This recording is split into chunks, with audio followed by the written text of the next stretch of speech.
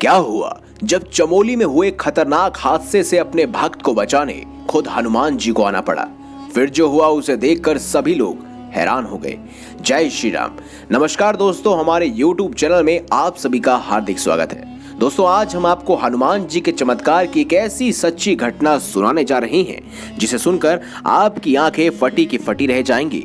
दरअसल दोस्तों, हम बात कर रहे हैं उत्तराखंड के रहने वाले देवेंद्र सरोला जी की, जिन्होंने हमारे साथ ये सच्ची घटना शेयर की है और बताया कि कैसे हनुमान जी ने उस दिन उनकी जान बचाई। उत्तराखंड के रहने वाले देवेंद्र सरोला जी हनुमान जी और भगवान शिव के बहुत बड़े परम भक्त हैं। प्रति मंगलवार और सोमवार को वह हनुमान चालीसा और साथ ही शिव चालीसा का पाठ करते हैं और उनका नियमित रूप से पूजा पाठ भी करते हैं। दोस्तों, देवेंद्र जी बताते हैं 7 फरवरी 2021 जब उत्तराखंड के चमोली में आई एक जल त्रासदी ने उत्तराखंड को ही नहीं बल्कि पूरे विश्व को एक पल के लिए धक्का सा पहुंचाया था। दोस्तों, मेरा एक दोस्त था जिसका नाम था अंकित। वह आज सुबह से ही गायब था। गांव में काफी ढूंढने के बाद जब हमें अंकित का कुछ पता नहीं चला तो हमने उसे घटना स्थल पर ढूंढने का सोचा। मैं और अंकित अक्सर गाय चराने साथ ही जाते थे। आज कुछ काम होने की वजह से मैं उसके साथ गाय चराने नहीं जा पाया। तब से ही उसका कुछ पता नहीं चल रहा था। शाम को करीबन 4 बजे उसकी मम्मी पापा उसे ढूंढते हुए मेरे घर आए। मुझसे उसके बारे में पूछने लगे। मुझे कुछ गड़बड़ लगी मगर मैंने उन्हें कुछ भी नहीं बताया। उन्हें बोला कि वो गांव में ही कहीं घूम रहा होगा। जब अंकित का कुछ पता नहीं चला तो मैं उसे ढूंढने खुद ही चला गया। तपोवन के उस घटना स्थल पर पहुंच गया जहां आज वो त्रासदी घटना हुई थी। दोस्तों, देवेंद्र जी बताते हैं कि हम दोनों अक्सर तपोवन के पास गाय चराने के लिए जाते थे। इसी कारण मुझे लगा कि शायद अंकित वहीं पर होंगे, क्योंकि मैंने उसे सभी जगह ढूंढ लिया था मगर मुझे वो कहीं नहीं दिखा। तपोवन के पास जहां डैम का काम चल रहा था, जल त्रासदी की वजह से पूरा माहौल शांत सा हो रखा था। मैंने अंकित को आसपास ढूंढा मगर मुझे अंकित कहीं नहीं दिखाई दिया। मैं बहुत परेशान होने लगा क्योंकि अंकित अपने माँ बाप की इकलौती औलाद थी, जिस कारण मैं काफी डर गया था।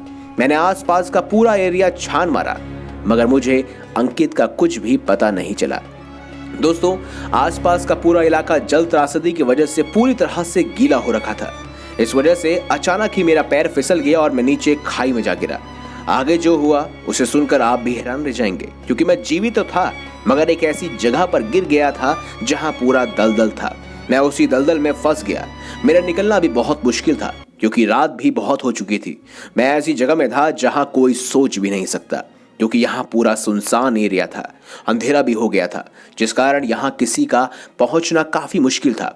मैं बिल्कुल भी नहीं डरा और मन ही मन अपने प्रभु का ध्यान करने लगा। मुझे यकीन था कि चाहे कुछ भी हो जाए, मेरे प्रभु हनुमान जी मेरी मदद के लिए जरूर आएंगे।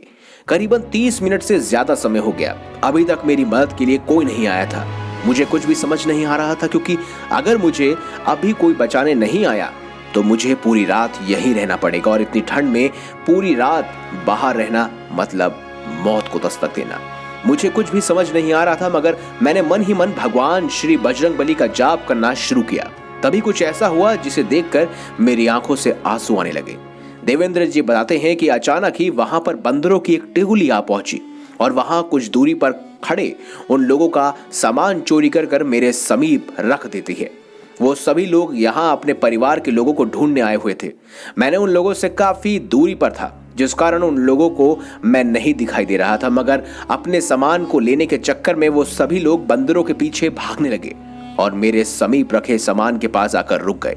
देवेंद्र जी बताते हैं कि जैसे ही उन लोगों ने अपना सामान ढूंढने के लिए रोशनी की, उन्हें मेरे हाथ दिखाई देते हैं।